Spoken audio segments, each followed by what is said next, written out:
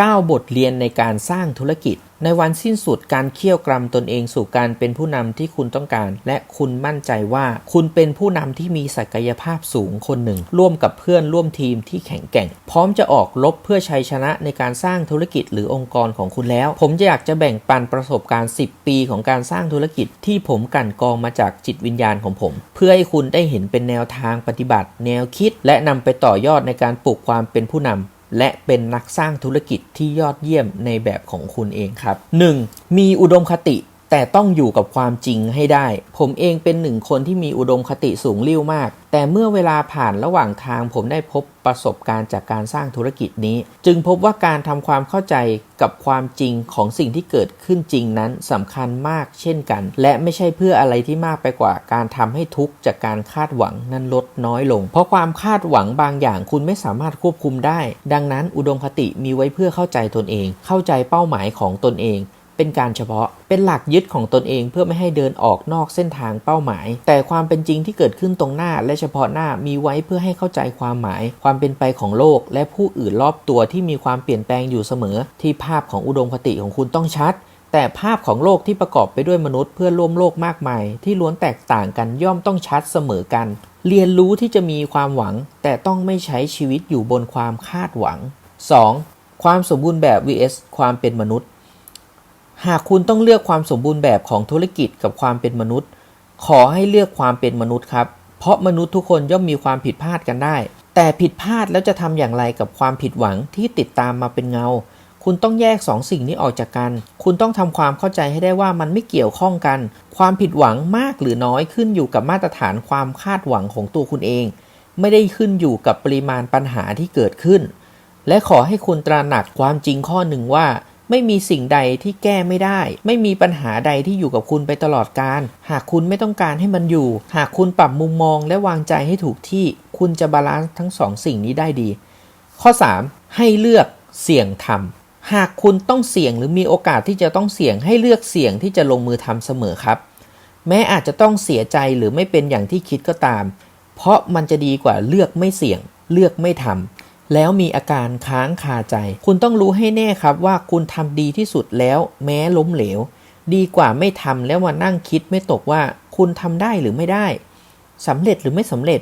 คุณจะกังขาทุกครั้งที่หวนนึกถึงสิ่งนั้นสิ่งที่คุณเลือกไม่ทำข้อ 4. หากสับสนให้คุยกับทีมคงจะมีหลายต่อหลายครั้งที่คุณเกิดความสับสนในใจกับสิ่งที่คุณทุ่มเททำอยู่ณขณะใดขณะหนึ่งอาจจะเกิดจากความอ่อนล้าความอดทนอดกลั้นจนเจียนจะสิ้นสุดเพราะต้องเจอกับอุปสรรคและปัญหามากมายแล้วเกิดคำถามว่า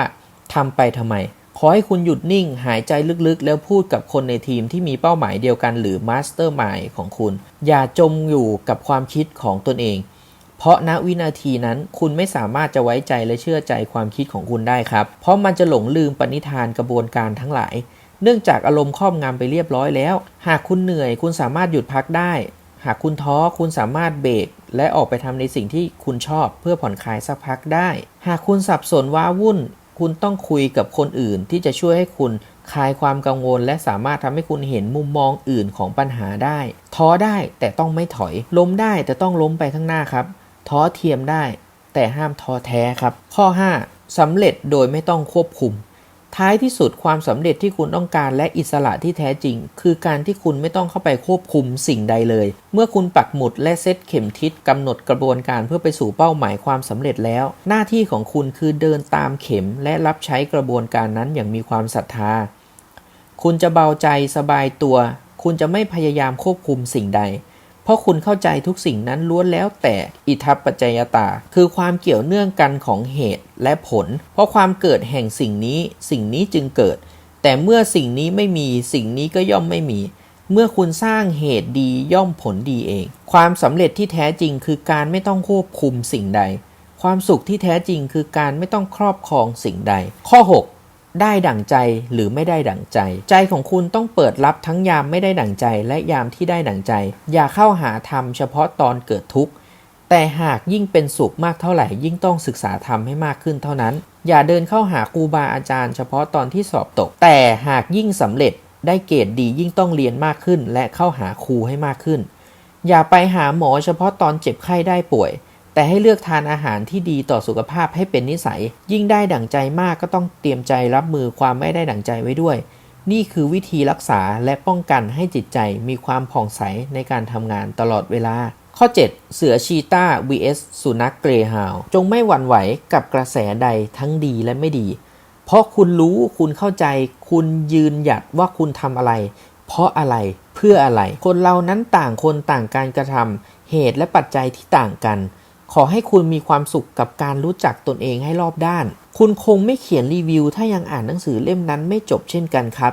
จงอย่าตัดสินใครเพียงเห็นว่าเขาดีเรื่องเดียวหรือไม่ดีเพียงแค่บทเดียวที่คุณได้สัมผัสแล้วก็เริ่มวิพากษ์เฉกเช่นคุณรู้เรื่องเขาทุกเรื่องราวแล้วจะเป็นคุณนั่นแหละที่ตื้นเขินเห่าเองทุกไปเองเยี่ยงสุนัขเกรย์ฮาวด์แล้วชีต้าก็ออกวิ่งไปสู่เส้นชัยตามความเป็นเสือชีต้าดังนั้นการฝึกนิสัยของคุณให้แข็งแกร่งจนคุณสามารถที่จะเคารพและชื่นชมตนเองได้อย่างสนิทใจเป็นเรื่องสำคัญนอกจากคุณจะไม่ใส่ใจเสียงเห่าของใครหรือจะถูกว่าอย่างไรที่นับไม่ได้ว่าเป็นการติเพื่อก่อก็ไม่อาจกระทบใจของคุณได้เมื่อนั้นแล้วคุณจะเป็นเสือชีต้าที่เลือกแข่งเฉพาะกับตนเองเท่านั้น